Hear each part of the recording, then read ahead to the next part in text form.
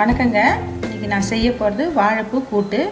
அதுக்கு தேவையான பொருள் வந்து முதல்ல ஒரு வாழைப்பூவை வாங்கி அந்த பட்டையெல்லாம் எடுத்து நரம்புலாம் இருக்கும் அதெல்லாம் எடுத்துட்டு க்ளீன் பண்ணி இந்த மாதிரி பொடியாக அரிஞ்சு தண்ணியில் போட்டு வச்சுக்கோங்க. அடுத்தது 1/2 கப்பு வெங்காயம், 2 பச்சை மிளகாய் பொடியாக அரிஞ்சது, 1 கப்பு தேங்காய், 1/2 கப்பு துவரம்பருப்பு. இது எப்படி செய்யலான்னு காமிக்கிறேன் வாங்க. முதல்ல அடுப்பில் குக்கரை வச்சு அதில் வெங்காயத்தையும் பச்சை மிளகாயும் போட்டு கொஞ்சம் எண்ணெய் ஊற்றி நல்லா வதக்கிக்கணும். அதுக்கப்புறம் தான் எல்லா பொருளையும் போடணும். வெங்காயம் பச்சை மிளகாய் வதங்கிடுது. இப்போ நம்ம துவரம்பருப்பை கழுவி வச்சுருக்கோம். இந்த கழுவி வச்சுக்கிற துவரம்பருப்பும் குக்கர்லேயே போடுவோம். அடுத்தது இந்த வாழைப்பூவையும் இதிலே போட்டுருவோம்.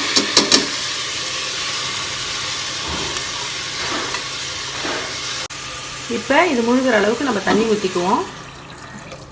அதுக்கப்புறம் கொஞ்சமாக மஞ்சள்தூள், தேவையான அளவு உப்பு, இதை போட்டு மூடி 2 விசில் வச்சு நம்ம ஆஃப் பண்ணிவிடுவோம். குக்கரை ஆற வச்சு 1/2 மணி நேரம் சென்று ஓப்பன் பண்ணுங்கள். நல்லா வெந்திருக்கும். அதுக்கப்புறம் நம்ம கடுகு, உளுத்தம்பருப்பு, காஞ்ச மிளகாய் போட்டு தாளித்து வச்சுருக்கோம். இதையும் கொட்டிக்குவோம். அதுக்கப்புறம் இந்த 1 கப்பு தேங்காய் பூவையும் இதில் கொட்டி ஓரளவுக்கு கெட்டி பதம் வந்தவுடனே இதை ஆஃப் பண்ணிவிடுவோம். பாருங்கள், வாழைப்பூ கூட்டு ரெடி ஆயிடுச்சு. இது உடம்புக்கு ரொம்பவும் நல்லதுங்க. ரத்தத்தோடைய அளவு அதிகரிக்கும், செரிமானத்துக்கும் நல்லது. டயபெட்டிஸ்காரங்க இதை சாப்பிட்டுன்னு வந்தாங்கன்னா சுகருடைய அளவு வந்து கண்ட்ரோலில் இருக்கும். மாதத்துக்கு 2 தடவையாவது இதை சாப்பிடணும்.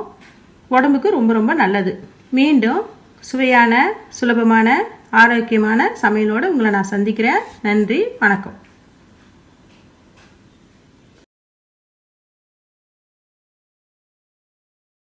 உங்களுக்கு இந்த வீடியோ பிடிச்சிருந்ததுன்னா லைக் பண்ணுங்க, ஷேர் பண்ணுங்க, சப்ஸ்கிரைப் பண்ணுங்க, மறக்காம பக்கத்துல பெல் டச் பண்ணுங்க.